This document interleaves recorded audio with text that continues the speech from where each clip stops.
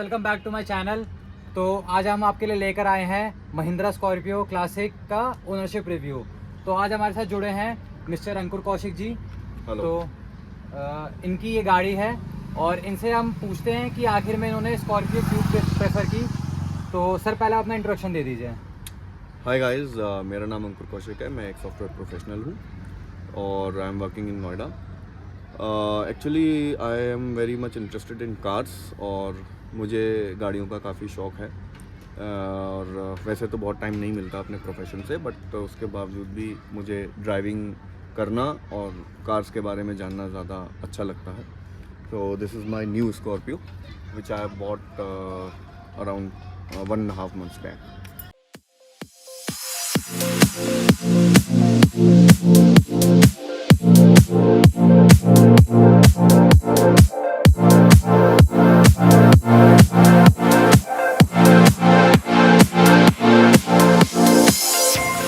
आपके पास इसके अलावा और कौन कौन सी गाड़ी है अंकुर जी?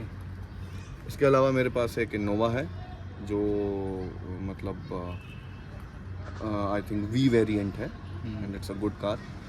और अभी मेरे पास स्कॉर्पियो है। हम ये दो गाड़ी चलाते हैं। इस स्कॉर्पियो क्लासिक के पहले आपके पास स्कॉर्पियो थी या फिर कोई और गाड़ी थी? मेरी इस गाड़ी से लेने से पहले भी मेरे पास स्कॉर्पियो ही थी जो कि BS4 मॉडल था 2013। तो आपने 10 साल के नॉर्म के चक्कर में उसको सेल ऑफ कर दिया? NCR में, क्योंकि हम उसको नहीं चला सकते। हाँ। तो बिफोर कंप्लीशन ऑफ 10 years मैंने उस गाड़ी को सोल्ड आउट कर दिया। तो दोस्तों दिल्ली NCR में हमारे यहाँ ना एक इशू है कि जो भी 10 या 10 साल पुरानी वाली जो डीजल गाड़ियाँ हैं उनको गवर्नमेंट ने बैन कर दिया है, और जो 15 साल वाली पेट्रोल गाड़ियाँ हैं उनको भी गवर्नमेंट ने बैन कर दिया है। तो इस चक्कर में गाड़ियाँ अपग्रेड करनी पड़ती हैं लोगों को BS6 के लिए। तो एक बात है, और उनका एक शिकारी अंकुर जी भी रहे, तो इस वजह से उन्होंने ये नई वाली स्कॉर्पियो क्लासिक ली। तो आइए जानते हैं इनका एक्सपीरियंस कैसा रहा, परचेजिंग से लेके ड्राइविंग एक्सपीरियंस तक। तो आपने ये गाड़ी कब ली और आपको कैसे, मतलब आपके पास और भी बहुत सारे ऑप्शंस थे।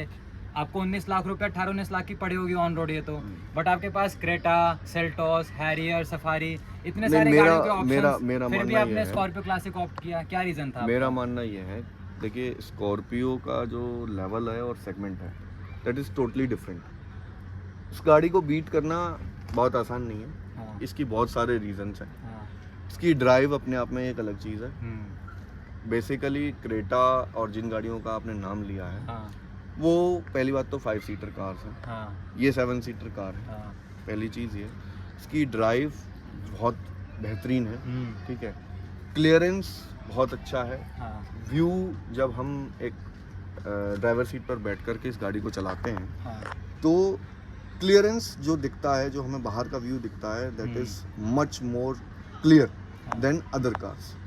और गाड़ियों को हमें अंदाजे से चलाना पड़ता है। इस गाड़ी को हमें अंदाजे से नहीं चलाना तो पड़ता। जैसा कि आप कह रहे हो कि ये आपको मतलब 19 लाख रुपए में जैसे कंपनीज आपको सूडो SUV प्रोवाइड कर रही हैं, बट ये आपको पूरा एक प्रॉपर SUV है और ये तो हम सब जानते हैं। प्रॉपर SUV और है। क्योंकि दोस्तों इस गाड़ी का 210 mm का ग्राउंड क्लियरेंस है, तो उस वजह से भी ना इस गाड़ी की हाइट ऊपर उठ जाती है, और इस गाड़ी का राइडिंग स्टांस भी थोड़ा अच्छा है।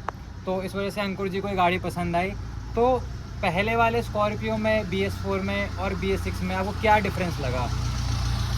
देखिए, डिफरेंस की अगर बात करें तो that car was of 2013 model and now it is 2023। तो डेफिनेटली 10 साल हो गए। 10 साल में बहुत कुछ बदल जाता है। वो गाड़ी BS4 थी और नो डाउट वो गाड़ी ऐसी थी जहाँ से स्कॉर्पियो की लाइफ शुरू हुई थी। ठीक है। और उस समय पर बेसिकली टाटा सफारी भी उस सेगमेंट में उसकी एक कॉम्पिटिटर थी। सही बात है। लेकिन आज के टाइम में मैं समझता हूँ, ये मेरा अपना पर्सनल ओपिनियन है, कि अब इस सेगमेंट में स्कॉर्पियो के अलावा और कोई जो है ऑप्शन नहीं है लोगों के पास। तो आपके पास, तो अगर आप थोड़ा सा और पैसा डालते हैं या फिर आप कुछ करते हैं, तो इसका जो नया मॉडल आया स्कॉर्पियो N, जिसकी बहुत डिमांड है, 1-1 साल की वेटिंग है, 2-2 साल की वेटिंग है उस गाड़ी पे, लोग एक्स्ट्रा पैसे दे रहे हैं कंपनीज को, शोरूम वाले को, कि जी हमें गाड़ी अब जल्दी दे दो। तो वो क्यों नहीं प्रेफर किया आपने? मतलब उसमें तो आपको और फीचर्स मिलते, लोग आजकल सनरूफ के फ़ैन हो रहे हैं, सनरूफ मिलता आपको, एंड्रॉयड ऑटो, एप्पल कारप्ले, मतलब फीचर ही फीचर मिलते हैं आपको, पुश बटन स्टार्ट स्टॉप मिलता है, सारी चीज़ें मिलती, फिर भी आपने मतलब एक प्रॉपर SUV और एक मतलब जो लेजेंडरी चीज़ होती है उसको लेना कैसे सोच लिया आपने? देखिए, सोचने के पीछे कई सारे रीजंस होते हैं। हाँ। ठीक है, गाड़ी कभी भी इस हिसाब से नहीं लेनी चाहिए कि आपको सिर्फ गाड़ी सिटी में ही चलानी है। कार इज़ समथिंग जो कि लॉन्ग रूट्स पर जाती है, और ख़ासतौर से जो बड़ी गाड़ियाँ होती हैं वो लॉन्ग रूट्स के लिए ही होती हैं। हाँ। ठीक है, पहली बात तो ये है कि जो स्कॉर्पियो एन है, मैं मानता हूँ बहुत लोगों को पसंद आई, मुझे भी पसंद है, लेकिन जो चीज़ या जो फील इस गाड़ी में है वो उसमें नहीं है। ऐसा मेरा पर्सनल मानना भी है और बहुत सारे लोग भी मानते हैं। मैं भी देख रहा हूँ कि स्कॉर्पियो एन लॉन्च होने के बाद भी लोग S11 आज भी ले रहे हैं, और मैं समझता हूँ कि सड़क पर स्कॉर्पियो एन से ज़्यादा आज भी S11 ही देखने को मिलती है जो नई है। सही बात है आपकी, क्योंकि जो फील है, जो वाइब है, वो उसमें नहीं आती। मेरे हिसाब से वो वाइब इसी में आती है। और दूसरी बात यह है कि जब हम अगर ये बात करें कि सनरूफ का ऑप्शन मिलता है, इसका ऑप्शन मिलता है, बेसिकली मैं समझता हूँ कि सनरूफ जो है किसी भी गाड़ी की सिक्योरिटी को कम करता है, ऐसा मेरा पर्सनल मानना है। क्योंकि जब हमारे जो रूफ़ का सिस्टम है, अगर उसमें एक होल होगा तो डेफिनेटली वो उस रूफ़ की जो पर्टिकुलर स्ट्रेस है उसको कम जो कर टेंसाइल स्ट्रेंथ होती है उसको कम कर देता है। हाँ। ठीक है, that is just for show case. और जो आदमी मैस्कुलिन थॉट्स रखता है वो उसको ये सनरूफ जैसा सिस्टम समझ में नहीं आता। और रही बात पुश बटन स्टार्ट की और फीचर्स की, definitely there are features and लोग उसको पसंद करते हैं, बट स्टिल मेरा मानना यह है कि जितने मैकेनिकल फीचर्स ज़्यादा हो कार में उतना ज़्यादा बढ़िया होता है, जिससे कि मैकेनिक जो हो, अगर कहीं ऐसी जगह पर गाड़ी ख़राब हो जाए जहाँ पर सर्विस सेंटर नहीं है, जैसे कि हाईवेज़ होते हैं, जैसे कि अभी हमारे देश में काफ़ी सारी जगहें ऐसी हैं जहाँ पर आप डायरेक्टली तुरंत सर्विस सेंटर तक नहीं पहुँच सकते, आपको लोकल मैकेनिक्स ज़्यादा मिलेंगे। वो उन गाड़ियों को कम देख पाते हैं कंपैरेटिवली जो इन गाड़ियों को वो देख सकते हैं। सही बात है। ठीक है, तो अकॉर्डिंग टू अंकुर जी का ये मानना है कि अगर आप महिंद्रा, टाटा, हुंडई, ये जो बिल्कुल जो डोमिनेटिंग कंपनीज जिन्होंने इंडिया में अपना अच्छा नेटवर्क बना लिया है, अगर आप उनकी गाड़ी को प्रेफर करें इंस्टेड ऑफ जो बाहरी कंपनीज अभी इंडिया में रिसेंटली आ रही हैं, तो वो ज़्यादा बेटर रहेगा आपके लिए। क्योंकि अगर आप कहीं बाहर गाड़ी लेके जाओगे तो अगर आपकी बाई चांस गाड़ी ख़राब हो जाती है और आप अपने फैमिली के साथ हो, तो कोई भी मैकेनिक आपका बोनट खोल के और गाड़ी को रिपेयर करने में हिचकिचाएगा नहीं। तो ये एक इनकी बात है कि इनका प्लस पॉइंट है इस चीज़ का। ये बात इन्होंने बिल्कुल सही बोली है, कोई मतलब गलत बात नहीं है इसमें। तो चलिए दोस्तों, अंदर चलते हैं और अंदर चल के अंकुर जी से इनका ड्राइव एक्सपीरियंस लेते हैं और देखते हैं कि इनको कैसा लगता है गाड़ी में अंदर गाड़ी चला के, और इन्होंने कितने किलोमीटर्स गाड़ी चला ली है, क्या क्या इनका एक्सपीरियंस रहा, वो अंदर चल के बात करते हैं। So let's go. आ गए हैं अंकुर जी के स्कॉर्पियो क्लासिक के अंदर। तो ऐसा कुछ देख सकते हैं आप, इस गाड़ी का पूरा इंटीरियर है और पूरा फ्रंट का आगे डैशबोर्ड। तो आते हैं दोबारा अंकुर जी पे। तो सर, आपको कैसी लगती है गाड़ी चलाने में? मतलब जो पुरानी वाली स्कॉर्पियो थी और जो अब वाली स्कॉर्पियो है, तो जैसे स्कॉर्पियो ने अपना लोगो का डिज़ाइन चेंज किया है, वैसे कुछ गाड़ी में भी चेंजेस हैं या फिर मतलब एज इट इज़ है? देखिए, अगर मैं बात करूँ जो 2013 मॉडल मेरे पास स्कॉर्पियो थी और उससे अगर मैं इस गाड़ी को कंपेयर करता हूँ, तो सबसे बड़ी चीज़ एक तो ये है जो इंजन का वेट है, वो एक्चुअली महिंद्रा ने रिफाइन करके डिक्रीज कर दिया है। पहले आयरन इंजन होता था, अब एल्यूमिनियम इंजन है। इसमें लगभग 50 से 55 किलो का इंजन उन्होंने कम कर दिया। ठीक है। दूसरी बात यह है कि इंजन बहुत ज़्यादा रिफाइंड है कंपैरेटिवली, क्योंकि वो BS4 इंजन था, नाउ दिस इज BS 6.2। तो इसमें इंजन में आवाज़ काफ़ी कम है। स्टीयरिंग कंपैरेटिवली पिछली बार से काफ़ी ज़्यादा लाइट है चलाने के लिए।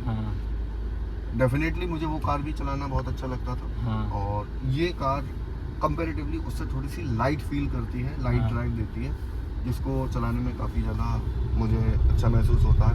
AC पहले से ज़्यादा इसका पावरफुल है, काफ़ी अच्छा AC का सिस्टम है। और आप देख रहे हो कि इंटीरियर में काफ़ी चेंजेस कर दिए हैं। जैसा कि आप देख सकते हैं, हमको स्क्रीन ये सब इसमें 22.85 या 65 सेंटीमीटर्स का पूरा आपको टच स्क्रीन मिलता है। ये इसमें सारे फीचर्स मिलते हैं आपको, तो वो एक बात है। तो अभी तक आपने कितनी गाड़ी चला ली है? अभी तक मैंने 1447 किलोमीटर गाड़ी चला ली। तो ऑलमोस्ट 1450 किलोमीटर अंकुर जी ने गाड़ी चला ली है। तो अभी तक आपने मतलब गाड़ी को किसी आप लॉन्ग ड्राइव पे लेके गए हो, हाईवे पे, कोई लंबे स्ट्रेच पे, तो वहाँ पे आपने 100-120 पे गाड़ी को क्रूज़ की ही होगी अगर आप लेकर गए हो तो आपको कितना माइलेज आउटपुट मिला? गाड़ी का परफॉर्मेंस कैसा था हाईवे पे? देखिए, अगर मैं बात करूँ तो बिल्कुल नई गाड़ी है। तो सर्विस तो अभी इसकी हुई नहीं है। और जब मैंने इसको लॉन्ग रूट पे चलाया था जब मैं कानपुर से लगभग अपने घर मतलब जब यहाँ नोएडा हाँ। हम गाजियाबाद दिल्ली आए तो मैंने इस गाड़ी को चलाया और डेफिनेटली मैंने 110 120 के स्पीड से भी इसको चलाया है। और उस केस में जो मुझे एवरेज गाड़ी ने दिया है तो अगर मैं अप्रॉक्स कैलकुलेशंस बोलूं तो विदाउट एनी सर्विस इस गाड़ी ने मुझे 13 किलोमीटर का एवरेज दिया है उस केस में हाईवे रनिंग पे। वैसे सिटी के अंदर ये गाड़ी अभी फिलहाल मुझे 11 किलोमीटर का एवरेज दे रही है। सो दैट इज़ गुड, क्योंकि मैं समझता हूँ कि सर्विस होने के बाद डेफिनेटली जो इसका एवरेज है वो और रिफाइन होगा, इंक्रीज होगा। तो वो धीरे धीरे बढ़ते चला जाएगा। बहुत ऑब्वियस सी बात है, जैसे जैसे इंजन खुलेगा गाड़ी का आपको एक्चुअल एवरेज तब जाके पता लगने लगेगा कि कितना गाड़ी आप एक्चुअल में प्रोड्यूस दे रही है आपको एवरेज। तो दूसरी बात एक और कि जैसा कि आप लोगों को बताऊं दोस्तों, मैं ये स्कॉर्पियो 18-19 लाख में इकलौती ऐसी गाड़ी है अपने सेगमेंट में जो रियर व्हील ड्राइव में आ रही है। वरना जितनी भी एसयूवीज आ रही है ना अभी मार्केट में वो सारी फ्रंट व्हील ड्राइव में आ रही है। तो एक बात वो इसका एक प्लस पॉइंट है यहाँ पे। प्लस दूसरी चीज़ ये भी है कि इसमें आप देख सकते हो कि आपको गियर शिफ्ट इंडिकेटर ये सारी चीज़ें मिलती हैं। तो जैसा कि हम देख सकते हैं इनकी गाड़ी में क्रूज़ कंट्रोल भी मिल रहा है आपको। तो आपने उस चीज़ का यूटिलाइज़ किया अभी तक क्रूज़ कंट्रोल का? हाँ, क्रूज़ कंट्रोल मैंने 1-2 बार चलाया है। कितना यूज़फुल लगा आपको ये चीज़? डेफिनेटली यूज़फुल है, बट मैं ये मतलब कुछ लोग कहते हैं कि ये बेकार की चीज़ दे दी है, कोई काम का नहीं है। नहीं, ऐसा नहीं है। आप उस चीज़ को क्लियर कर सकते हैं। मैं आपको बताता हूँ क्रूज़ कंट्रोल का एक्चुअल जो रिक्वायरमेंट है, जो यूज़ है उसका, वो ये नहीं है कि आप हाईवे पे क्रूज़ लगा करके बैठ जाएं, क्योंकि डेफिनेटली अगर आप ड्राइव करते हुए क्रूज़ लगा करके बैठ जाएंगे तो आप यू विल फील स्लीपी। हाँ, इट इज़ समथिंग, वो सिर्फ इसलिए होता है क्रूज़ कंट्रोल कि आप जैसे 2-4 मिनट के लिए आप जैसे कुछ पानी पी रहे हैं या कुछ चीज़ है जो आप मतलब इनटेक कर रहे हो, खा रहे हो, हाँ। ठीक है, सिर्फ उस सेगमेंट के लिए 4-5 किलोमीटर के दायरे के लिए और 4-5 मिनट के टाइम के लिए आप उस क्रूज़ को लगा सकते हो, जिससे कि आप उस समय पर सिर्फ स्टीयरिंग के यूज़ से गाड़ी को कंट्रोल कर सको। और वैसे भी क्रूज़ जब यूज़ होता है तो अगर आपने सिंगल टाइम भी क्लच या ब्रेक पेडल को टच किया तो क्रूज़ अपना बंद हो जाता है। हाँ, ये चीज़ तो है। ठीक है, तो क्रूज़ का जो बेसिक रिक्वायरमेंट है वो बस इतना ही है कि आप 3-4 मिनट के लिए अगर आपको कुछ पानी वगैरह पीना है, कोल्ड ड्रिंक वगैरह पीनी है तो आप जो है रिफ्रेशमेंट्स वाइल ड्राइविंग ले सकते हो, लेकिन डेफिनेटली क्रूज़ को परमानेंटली यूज़ नहीं करना चाहिए, नहीं तो यू विल फील स्लीप। तो जैसा कि अंकुर जी हम सब जानते हैं कि महिंद्रा में जो पुराने वाली महिंद्रा आती थी स्कॉर्पियो, उसमें एक दिक्कत थी कि जैसे आप गाड़ी को 100, 110, 120 पे चलाओगे तो गाड़ी वो बबलिंग करती थी बहुत ज़्यादा। और लोग कहते थे कि इसके एरोडायनेमिक्स में दिक्कत है, इसमें ये दिक्कत है, उसमें वो दिक्कत है। तो आपने पहले भी स्कॉर्पियो रखी और आपने अब भी स्कॉर्पियो खरीदी, तो क्या आपको ये चीज़ें महसूस हुई हैं अपने गाड़ी ड्राइविंग एक्सपीरियंस में, या फिर सिर्फ लोगों का कहना है ये चीज़? देखिए, जहाँ तक मैं अपनी बात करूँ तो जो स्कॉर्पियो मेरे पास पुरानी थी, जो ओल्ड मॉडल था, इतना ज़्यादा नहीं था जितना लोग सोचते हैं। थोड़ा बहुत इम्पैक्ट ज़रूर आता था जब स्पीड ज़्यादा होती थी, और डेफिनेटली इस गाड़ी में वो पूरी तरीके से रिड्यूस हो चुकी है। ठीक है, एरोडायनेमिकल जो एरर्स हैं वो, क्योंकि डिज़ाइन थोड़ा ऊंचा है गाड़ी का, स्क्वायरिश डिज़ाइन है। हाँ, तो इस वजह से थोड़ी सी चीज़ें होती ही हैं। लेकिन इस बार थोड़ा सा जो ये रूफ का उन्होंने एक तरीके से डिज़ाइन किया है, उसकी वजह से काफ़ी मुझे फील होता है कि वो रिड्यूस हो चुका है। और जैसा कि आपने स्कॉर्पियो पहले भी रखी हुई थी और स्कॉर्पियो आपने अब भी ली, तो आपका महिंद्रा के साथ कैसा रिलेशन रहा? मतलब कैसा आपको एक्सपीरियंस रहा महिंद्रा के साथ? क्योंकि यूजुअली लोग यहाँ के कहते हैं कि टाटा महिंद्रा जैसी इंडियन कंपनीज हो गई तो सर्विस सेंटर में बहुत ही मतलब बेकार एक्सपीरियंस जाता है लोगों का। मतलब कोई सर्विस कराने गया या फिर कुछ कराने गया तो वहाँ पे उनकी चीज़ें सुनते नहीं हैं या फिर चीज़ें पूरी नहीं होती उनकी। तो क्या मतलब आपको भी सारी चीज़ें फेस करने को मिली, मतलब 10 साल के एक्सपीरियंस में, या फिर कभी भी आपकी बात सुनी ना गई हो, या आपने कोई गाड़ी में प्रॉब्लम बताई हो, उस चीज़ का सोल्यूशन ना दिया हो महिंद्रा वाले ने? क्या आपको ये चीज़ें फेस हुई कभी? देखिए, मैं आपको बताऊं, ये मैंने आज तक फेस नहीं किया है कि अगर मैं महिंद्रा गया और मैंने उन्हें कुछ एरर्स बताए और उन्होंने उस चीज़ को रेक्टिफाई ना किया हो, मैं ये नहीं कह सकता बिल्कुल। और मैं समझता हूँ कि मेरा एक्सपीरियंस हमेशा स्कॉर्पियो के साथ और महिंद्रा कंपनी के साथ काफ़ी ज़्यादा बेहतर रहा है। कोई भी इशू जो हुआ है वो उन्होंने टाइमली उसको रेक्टिफाई ज़रूर किया है। और मैंने कभी अपनी पुरानी कार के साथ कोई भी इशू फेस नहीं किया। इवन मैं आपको कहूँ, मेरा आज तक इंजन नहीं खुला कार का। अच्छा। अब ये ड्राइविंग स्किल सेट के ऊपर भी बात होती है कि हम देखिए, गाड़ी चलने के लिए ही बनी है, तो गाड़ी को चलाना तो है, लेकिन गाड़ी चलाने का भी एक तरीका होता है। अब ऐसा नहीं होना चाहिए कि काफ़ी सारे गड्ढे हैं और आप तेज़ी से गाड़ी को निकालेंगे तो जाहिर सी बात है कि गाड़ी खराब हो जाएगी। तो जहाँ जैसी सतह है वहाँ वैसे गाड़ी चलानी चाहिए। गाड़ी कभी चलने के लिए मना नहीं करती है, लेकिन उसका एक तरीका होना चाहिए। और डेफिनेटली वो गाड़ी की परफॉर्मेंस, उसकी स्ट्रेंथ, उसके पार्ट्स पे इम्पैक्ट करेगा ही करेगा। ठीक है। और जहाँ तक आज की हम बात करें तो महिंद्रा ने लोगों के साथ साथ बहुत सारी चीज़ें भी चेंज करी हैं अपने सर्विस स्टाइल में। Now what I have experienced, because I have gone for first service of this car, for first checkup, मैंने ये चीज़ चेक करी कि अब महिंद्रा जो है वो डायरेक्टली कस्टमर एक्सपीरियंस को लेती है, not on paper but actually digitally improve कर रही है। मतलब अपने एंड से पूरा ट्राई, जैसे टाटा ने इम्प्रूव किया है। और मैंने ये भी महसूस किया है कि जो उनके सेल्स रिप्रेजेंटेटिव हैं, सर्विस रिप्रेजेंटेटिव जो हैं, वो इस बात से बहुत कंसर्न रहते हैं कि भाई उनके रिव्यूज अच्छे होने चाहिए। तो इट मीन्स कि डेफिनेटली कंपनी मीन्स लाइक जो ऑफिशियल्स हैं वो डायरेक्टली उस चीज़ को व्यू कर रहे हैं, इसी वजह से वो कंसर्न भी हैं and they are giving best of their outputs to customer. That's all. तो दोस्तों, जैसा कि आपने देखा, ये था महिंद्रा स्कॉर्पियो क्लासिक का एक ओनरशिप रिव्यू।